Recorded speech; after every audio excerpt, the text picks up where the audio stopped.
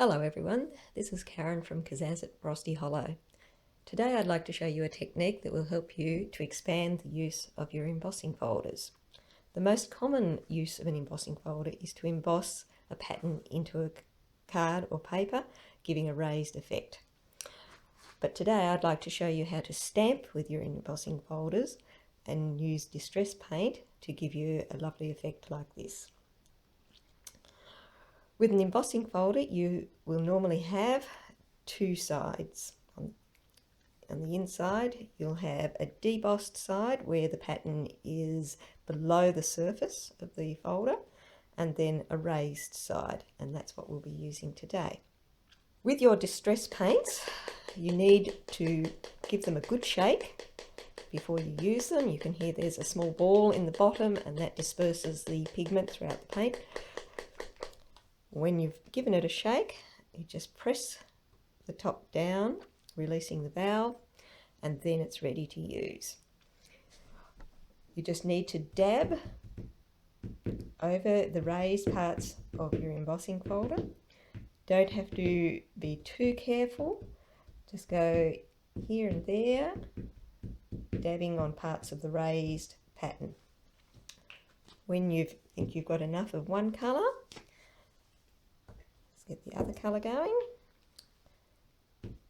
and then fill in where you haven't got paint already.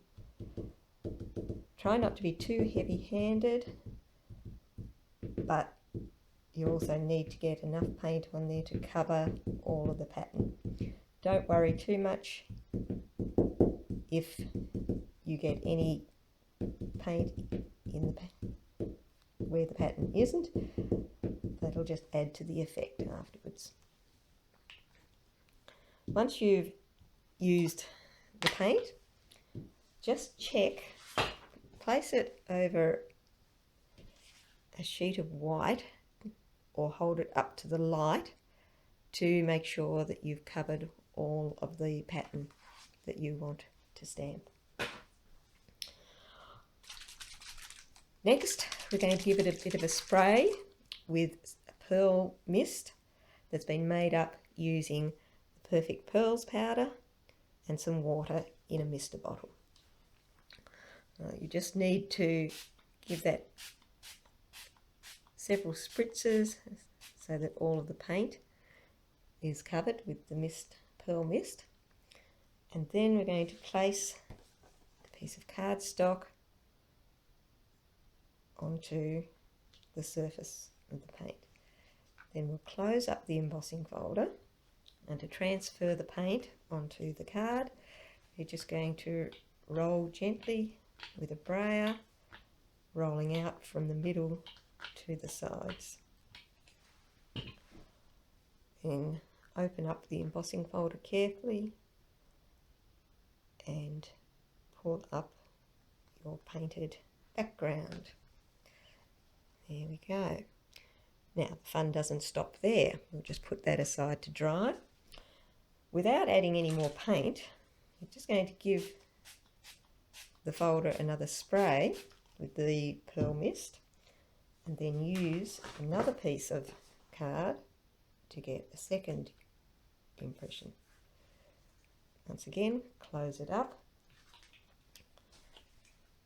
brayer it, once again going from the middle out to the edges.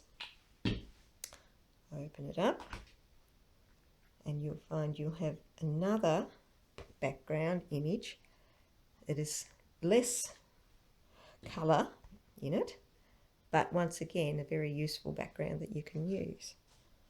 And then once more, give another quick spritz and use the third piece of card.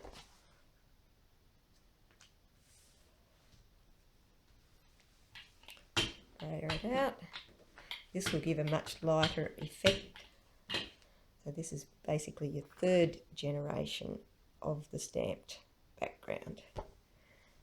There we go. And once you've finished with your background, with your embossing folder, give it a quick wash with some warm water and put it aside to dry.